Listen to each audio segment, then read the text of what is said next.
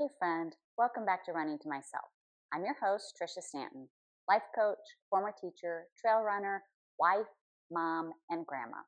Around here, we talk about the real moments of everyday life and the mindset shifts that quietly shape who we become.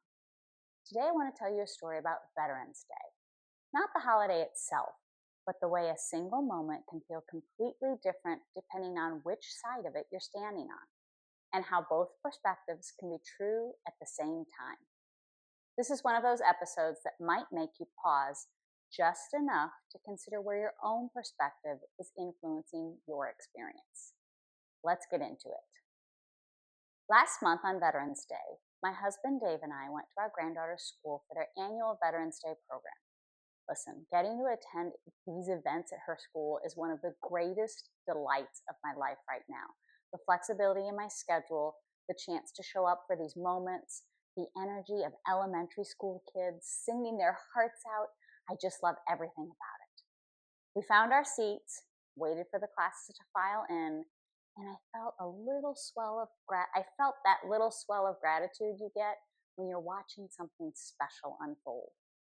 Students waving paper flags, proud parents and grandparents lined up with cameras, veterans sitting in chairs reserved just for them.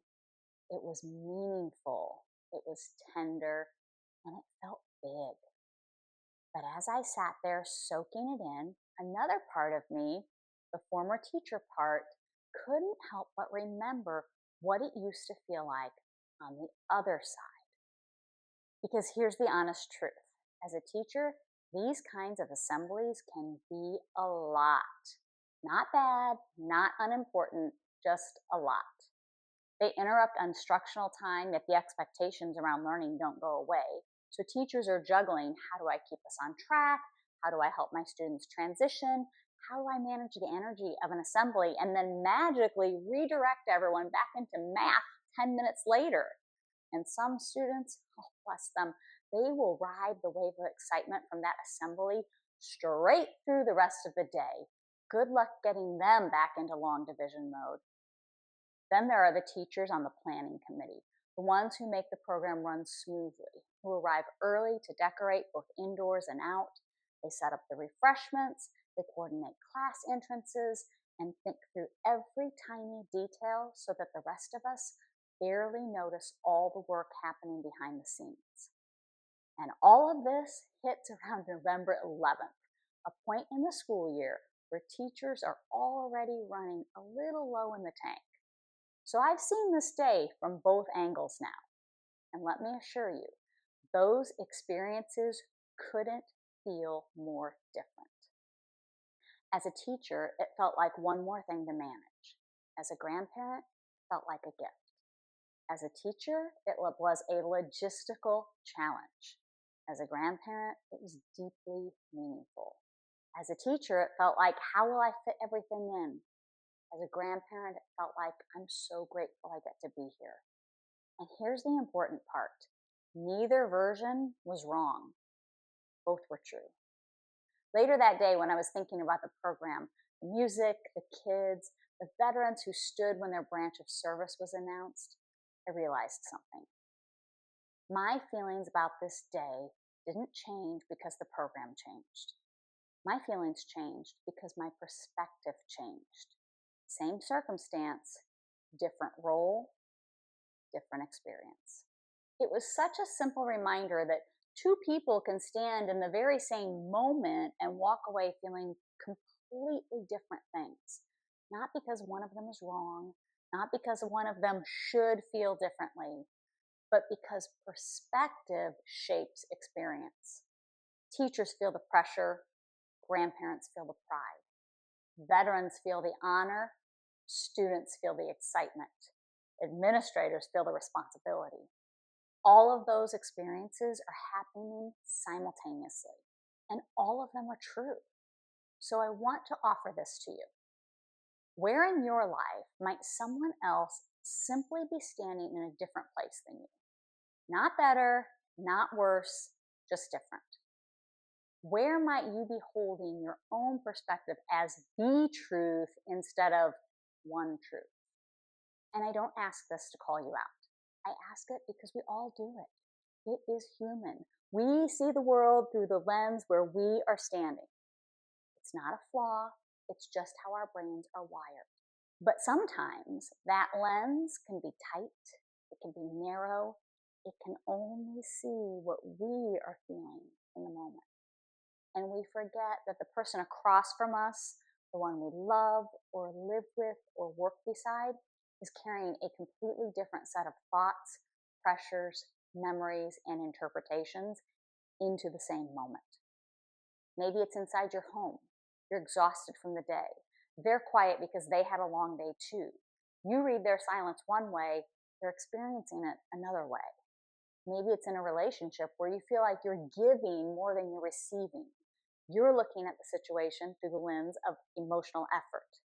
The other person might be looking at it through the lens of stress or fear or simply not knowing how to show up the way you need. Maybe it's at work. You're thinking your coworker is being difficult. They might be thinking they're protecting a project or carrying pressure you don't see. Same meeting, same conversation, two completely different internal worlds. Maybe it's a situation where you're feeling unheard or misunderstood. You're convinced the other person doesn't get it. But what if they're just processing it differently? Or prioritizing something that you can't see from where you're standing? When you remember that two people can experience the same moment in two very different ways, something softens. The tight grip loosens.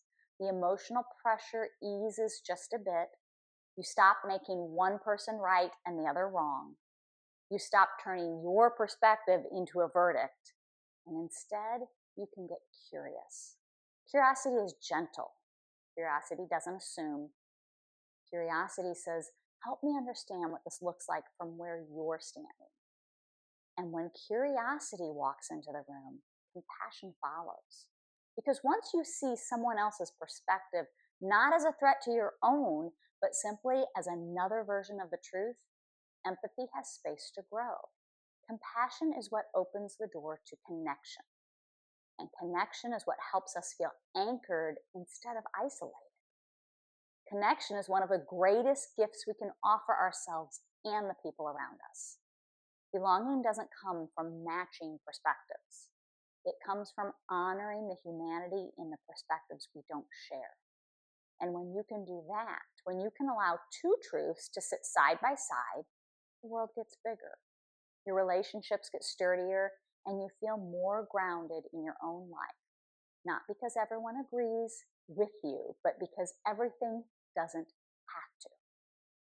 As for me, sitting in that school cafeteria, watching those kids sing their hearts out, I felt something I couldn't feel when I was a teacher running on fumes. I felt the depth of what the teachers and staff were doing behind the scenes, and I felt immense gratitude for it. That's the power of perspective. Same program, different seat, different experience. Both true.